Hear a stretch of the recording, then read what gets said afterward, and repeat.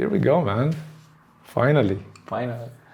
So we spoke about, I think I texted you about doing this maybe a week and a half ago, 2 weeks ago. And first thing that I want to say is thank you for agreeing to visit us. No, and thank you come to our home. for having me. It's always a pleasure. It's my pleasure too, man. And all right, so a bit of context before we get into this. Today is day 2 of our course, and it's been an amazing ride. It's been an amazing ride. I mean, there's been people, pulling their hair out, and there's been people who said, I lost faith in life. And there's been those who basically are going through this transformation process. And for those of you who may be wondering, we're talking about testing, we're talking about assessing professional athletes. That's what Carlos is teaching, and it's been an absolute amazing revelation. So, with that intrigue out of the way, who's Carlos? Who's Carlos? Well, it's not easy to define myself because I believe people that you're close to are the ones that define you the best. Because what you want to be is not actually what you are. I would like to define myself as a hard worker, passionate and determined guy. And with those, I try to be a high performer in whatever I do. I believe is what defines that makes the difference. If I have to choose, like what I would like you to think about me would be like these 3 things, like hard work, commitment, and passion. With these 3, I would be happy. All right. Well, we're gonna take those 3. Okay. And we're gonna go through each one by one. So when it comes to work, what work do you do? Okay. What work do I do? I started as a physical therapist. Okay. But when I stepped into the high performance world, I realized that I wanted something different. Why? Because I believe that everything is evolving so much that anything that's static is not enough for me, but it's not for me. Because I'm always like kind of on the run. I'm always like hungry for more. So since I stepped in, even without having the degree that I started working, I wanted more. I know I wasn't even physical therapy, and I was thinking ahead, like what's next. So I was a physical therapy but my mind was kind of in this performance scope. So I believe to understand my background, it's important to know that my parents, they are both doctors, and my brother, which is one of my biggest inspirations, he's a strength conditioning and a coach. So we have these conversations about performance health every time we were on the table together.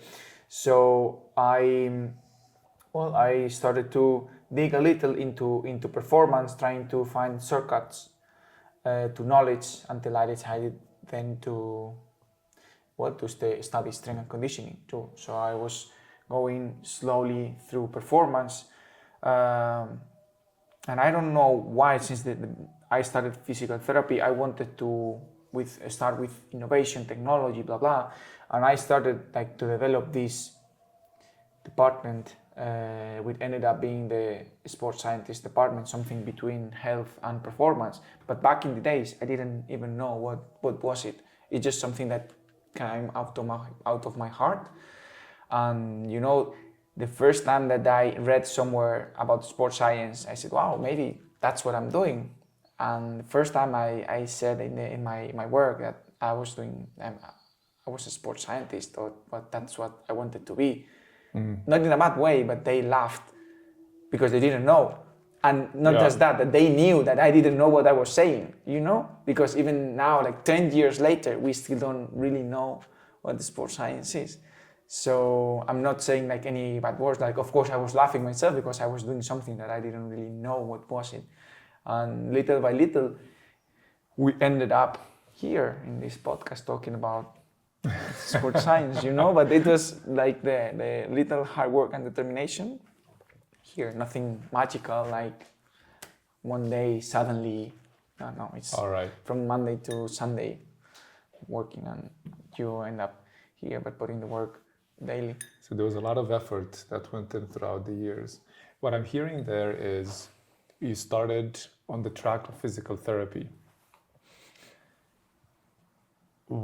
Your brother is a sports strength and conditioning coach, and he's a coach too. Your parents are in medicine. Why not follow one of those tracks and went into physical therapy? Actually, my parents, they always have supported me so much, but they were kind of afraid because one thing that I need for anything is freedom.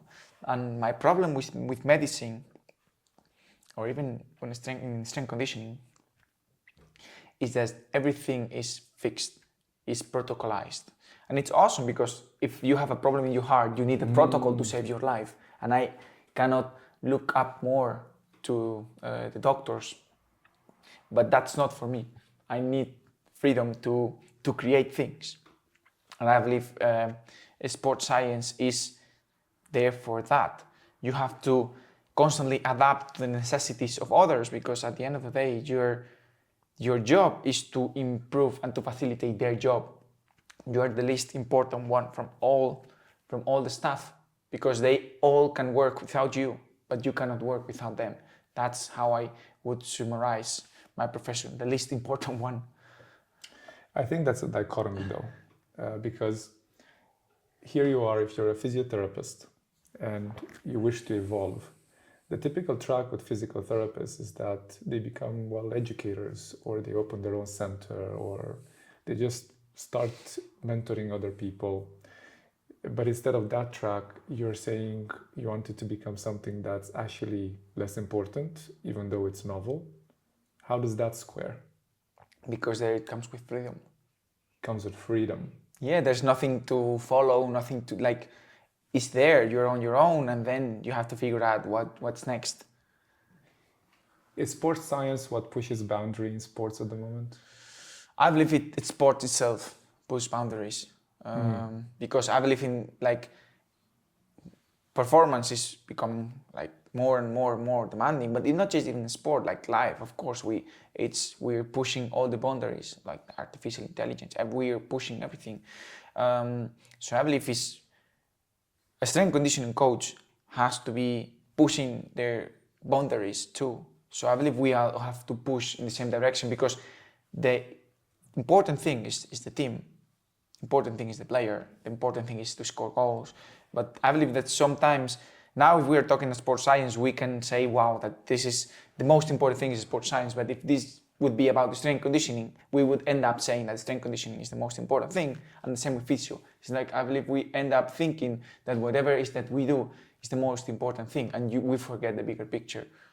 Like we're, again, not secondary, but tertiary. Like, the important thing is about to score goals, and that's much more important than any kind of data, GPS. I know that I'm throwing stones to my own job, but I'm being honest. Like, we shouldn't forget what's the leaves cannot prevent us to see the forest. I always like this sentence. You've mentioned that a few times actually during the course for the last 2 days, because a lot of people get lost in the details and the weeds of it all.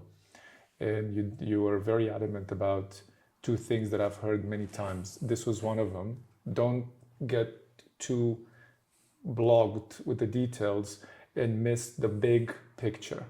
That was one.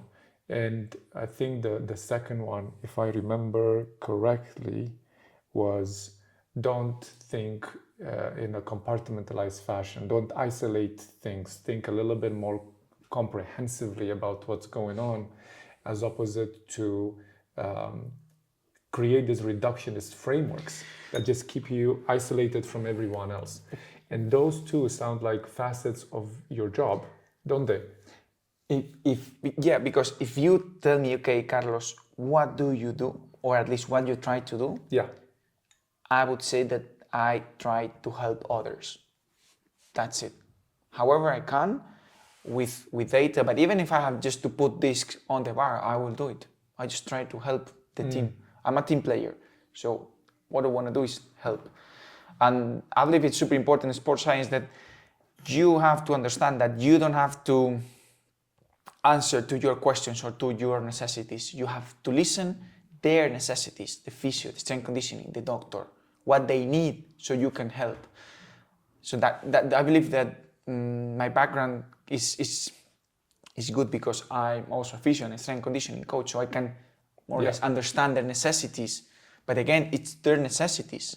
If you come with something that no one asks, maybe it's useless, even if it's the best thing in the world. So you have to be aware of that. So that it's never about you. Awesome. There's two things that pop in my head that I think it's important, because there's a lot of nuance to what you do, and I don't want to be in a position where the listener or the viewer, our colleagues, look and still wonder. So for the sake of clarity, would you mind sharing what does a typical day, although there's no typical day, right? That's the fun. That's the fun of it. But let's say what are some of the magical, or let's call them usual ingredients of a day in the life of a sports scientist working with performance athletes in football?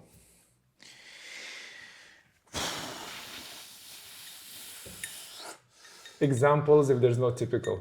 What was last Monday like? So I would say that sports scientist, what you have to try to do is try to understand players, their necessities, and try to adapt everything to match their necessities. Their necessities can be in terms of performance, in terms of rehab, in terms of prevention, in terms of recovery, but you have to have your framework should be data driven.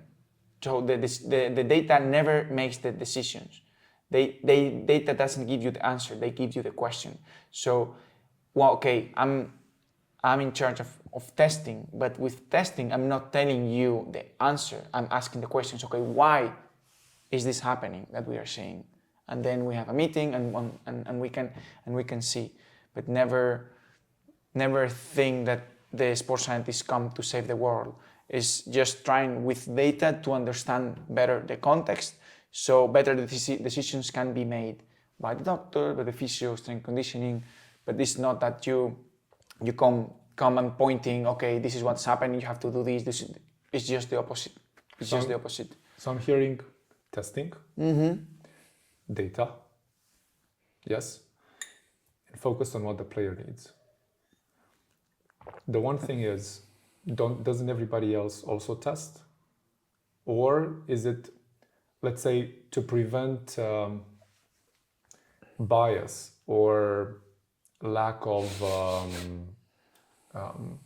lack of consistency, given that people come from different backgrounds?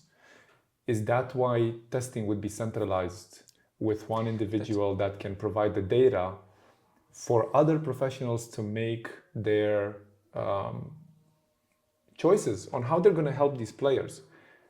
But then they're held accountable because the data is going to be produced again later on, which basically, without any bias, assesses whether, hey, that range of motion improved, or strength over there improved, or that player's speed actually increased, asymmetry became more symmetric, etc. Is that what the role actually is? Yes, but not just that, because you need to integrate all the information. Because if everything is compartmentalized, you're not giving the importance to all the information that you can get. Because if the doctor has the previous injury, the physio has the mobility, and the strength conditioning coach has the strength, you cannot see how those variables interact between them. That's one of the problems that in sport usually all this information is compartmentalized, and I believe that there is no holy grail about any technology, any test, is when you put everything together, and you have to put everything together in a database so it makes sense, and the information keeps adding value one to each other. And of course the bias to standardize the test, that of course, but the thing is that if you do it like that, you can impact and you can help to have like a common methodology, and it's where data comes powerful, when it's a common methodology transversally but also longitudinally in the time, and you can be consistent. If you, like, each of us do something different, each year we do something different, data lose value. But if you are consistent, as I said before, then you can create something big. I've been in this situation. I've shared with you some of the work that I'm doing, and that we're deeply focused on integrating the practice of fitness with the medical field, and also be able to understand what coaches need from their players from a practical standpoint, whether that's strength, etc., and be able to help interpret those needs. But we do this with athletes, individual athletes, in a variety of sports. And so our tool set is not as precise or as sharp or customized as you've described in the world of football. This integration is one that has many challenges because it involves working with people who are willing to integrate. I call this like, okay, you launch a bridge over a river, but it needs to land on the other side. Without that, there is no conversation. So if I understand you correctly, data, reliable, valid, can be replicated, is dependable over time, which means it must be science-based. And we've stressed on that for last couple of days. That is data what gives you the ability to communicate with others, because data coming through that perspective, from that framework, presents a non-biased point of view. Yeah, I like to, because nowadays it's not the same. We've talked about this. Data is not the same as information. Like, there's a gap in between, and I believe the sports scientist has to bridge that gap. I believe it creates a common ground on the table. Like, okay, it's not that you are going to speak about apples and I'm going to speak about watermelon. We're going to speak about this glass of water, which is the data that we are bringing. So it's much easier to have a common ground, because this is what we have, you and me. It's the data that we are bringing, and with that we can make a decision. But we have a common ground. That's awesome. Yeah, that I took a lot of inspiration from that, honestly, and it's going to help drive our practice forward as well. For that, I thank you. It's an amazing principle to work with, but to make our job a lot easier. But also, even in a different context, but even with the patient, you're making him aware of the situation. You're improving the adherence of something. Like, okay, it's up to you, but this is. I always give the same example of, and sorry if I'm hurting like anyone, but if you smoke and I tell you, please stop smoking, you're going to laugh. But I have an X-ray of your lungs, and I tell, look at this, stop smoking, your probabilities are going to increase a lot. It's data, visual data, but data at the end of the day, like. This X-ray is a fact. 100%. So there's a lot of measurements, there's accountability, there's understanding a little bit about what everybody does, right? Because you're in the middle of it all. And how does this scope evolve over time? But for me, I want to highlight what you said, like in the middle of everything. But because for me, again, being in the middle doesn't mean that you're the most or the key is that you're surrounded by everybody. You're linked to everyone. Yeah, you're linked to think everyone. that's a better- it. I like that. You're linked to everyone. I like Are it. they linked to one another? Yeah, sure. We are trying. So if we don't want to be the main protagonist. So if we can help that the rehab coach has a better communication with the doctor, it's perfect. It's not that it has to go through the sports scientist. No, never. Like it's never like okay, I am the center. No. It's like okay, this is the report, and maybe they can talk.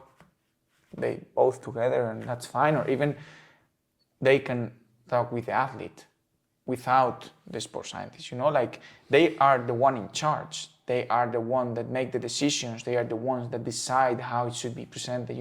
You have to understand that your role is secondary. How much time do you get to test someone? It depends on the test, but I believe nowadays the test, they have to be, of course, valid and reliable. Of course, they have to be safe, science-based, blah blah, but they have to be super quick, because nowadays they have to be integrated in your methodology. So nowadays, the sentence that we say a lot is that you have to test without testing. Like it has to be part of your training. Like if today you are going to train strength through isometric. Okay, so one of the exercises you're going to put the force plates under, and okay, let's the athlete, he doesn't think that he's been tested. It's just one exercise, and you're taking information for that. Same with, for example, sprinting on the field. You're taking information from the training. So it's not okay, we have to stop the world because we have to test. Because no. The world, it keeps moving, and you have to jump with that velocity. You have to adapt. Okay, you have 10 minutes. Do the best that you can. So you have to think what information is more valuable. If it's quick, because for example, we talk about the EMG. EMG is awesome, but if it takes me 20 minutes with one athlete, in this fast-paced world, it's not suitable. So you have to understand this context. For those listening, EMG stands for electromyography. So it's basically electrodes being placed on the body to read muscular contraction in electrical waves. Basically, that takes indeed a lot of time. We tried it today, and it was quite laborious. This has been a great first installment. So much is coming out of it, and I think, is this, by the way, what you do? Is this something that do you see more sports scientists coming about? And how do you become a sports scientist? I believe it's becoming one of the most demanded roles because of how data is entering in our lives, but not just in sport, like everywhere. Data is becoming one thing right now. And I believe the good and the bad thing about sports science is that it's not a career, it's a role. So the thing about sports science is that anyone can adapt that role. For me, sports scientist is a way of thinking. So a physio can be a sports scientist. Usually it's more a strength conditioning coach, a sports scientist, but also a doctor can be the sports scientist. Usually now when they ask for a sports scientist, like if you were, for example, the NBA, they usually ask for being a strength conditioning coach. And they are asking more and more for a sports scientists. Now, sometimes they ask you for be both, for have certain certifications, to know like data management, data visualization, that they are starting to ask because it's becoming a very important role. So they take it like very seriously. And they can even promote a director of performance. That's the one it's in the middle, but kind of supervise everything from with a little perspective. That's the point, is the perspective. Is instead of being myopic with just our one individual point of view, whether that's physio, and believing that that's the best and the most awesome, because we tend to be biased towards our education, our background, the magic that we can create in our field. And it renders us on an island instead of seeing that actually this little island is part of an archipelago, and if you don't build a bridge, then you starve to death, literally. And the athlete needs to actually gravitate between all of these various roles to get the best out of them. Having that perspective is rare, and I don't think it's a question of just training. I think you're right. It's a matter of mindset and willingness to say, hey, it's not about me, but in this situation, the data, not my opinion, the data indicates this course of action. But how you choose to go about it, given that this is your island and you're the king, That's right? It's a wonderful. It's go for it. Once you're done, in 3 weeks, let's see how it goes. We'll reevaluate, right? If it worked, great. If there's no progress, we'll reevaluate, we'll find another way. A lot of accountability is in that as well. Because the sports scientist, it doesn't have to be someone that, well, let's change the sentence. A boss in the company is not the one that has to know about everything. He has to know little about everything and be surrounded by specialists. And I believe here is kind of the same. Like, you don't have to understand as a director of performance. A director of performance can be a doctor, not the sports scientist. But that you need this global view about how everything goes and try to, again, to make them work together, not as individuals, but as the same methodology. And I believe it's one of the things that is most difficult is to integrate everyone as in the same workflow. That's one of the most difficult parts. And I believe that all the staffs are becoming more and bigger and bigger. And one of the problems is that you're multiplying the amount of interactions that they are and the chances of each of us having a different methodology. So again, you need to have a common ground. That's amazing.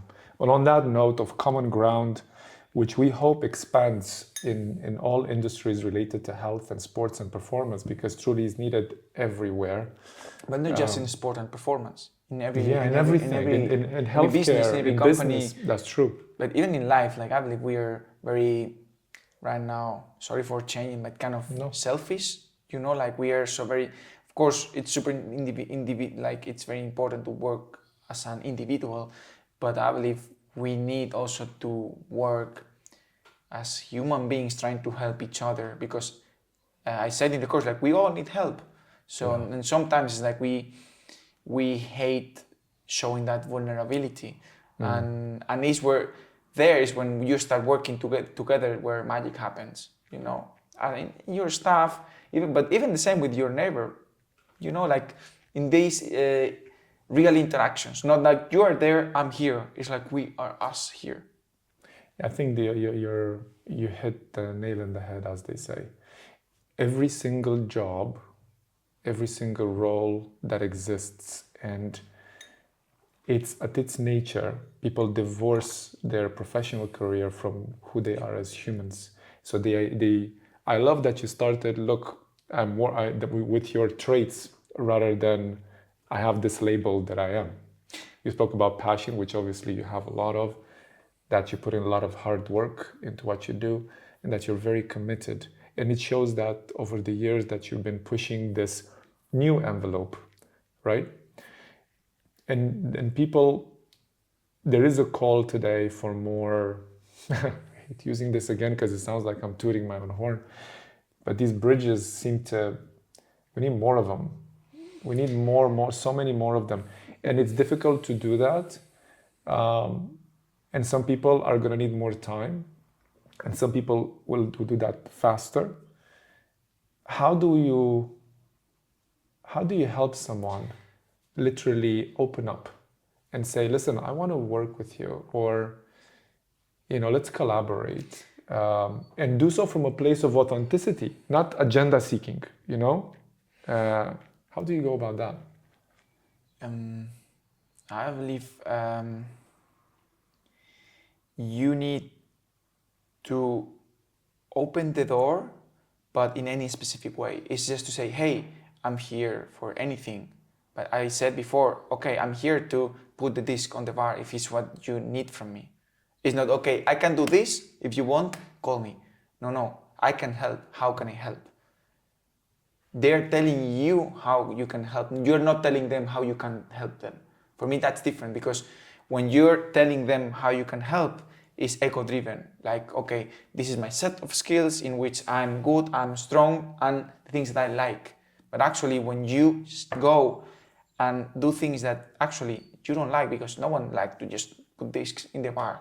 But actually, when you see someone doing that, like, okay, he's a team player. I believe these little things that happens daily, you can see the difference. It's not, okay, if you're interested in this, call me. No, it's for me, it's the opposite. Hey, here's my number, whatever, I'm here. I believe that's kind of the difference. But again, we are not talking about any specific field, like in life. Yes. Because for me, high performance is nothing, doesn't have to do anything with athletes. High performance is in every environment. That is true. So on that note, we're going to close this episode with some amazing insights from you, Carlos. And before we go, I want you to share the little quote you did a little bit earlier about, what was it? You work hard? Yeah. Which one was it? You work hard, play hard, and rest hard. Rest hard. That was new. That was new because we always hear about you work hard, you play hard. And if you've been on those vacations, when you come back and you need a vacation, that's because you missed out on the last one, rest hard. Carlos, yes. How can people find out more about you?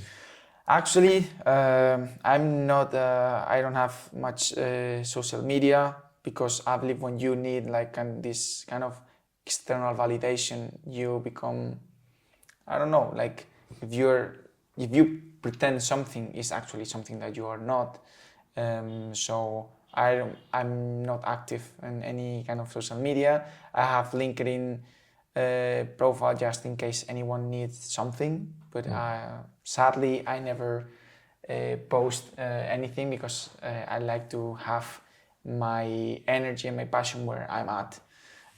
So that's the only insight I can share. That's all you're gonna find them. And I want to thank you again. This has been really awesome. I'm looking forward to the next one. Yeah, thank you again so much for having me. It's been a pleasure, and we'll keep talking and talking. Sounds great. Thank you.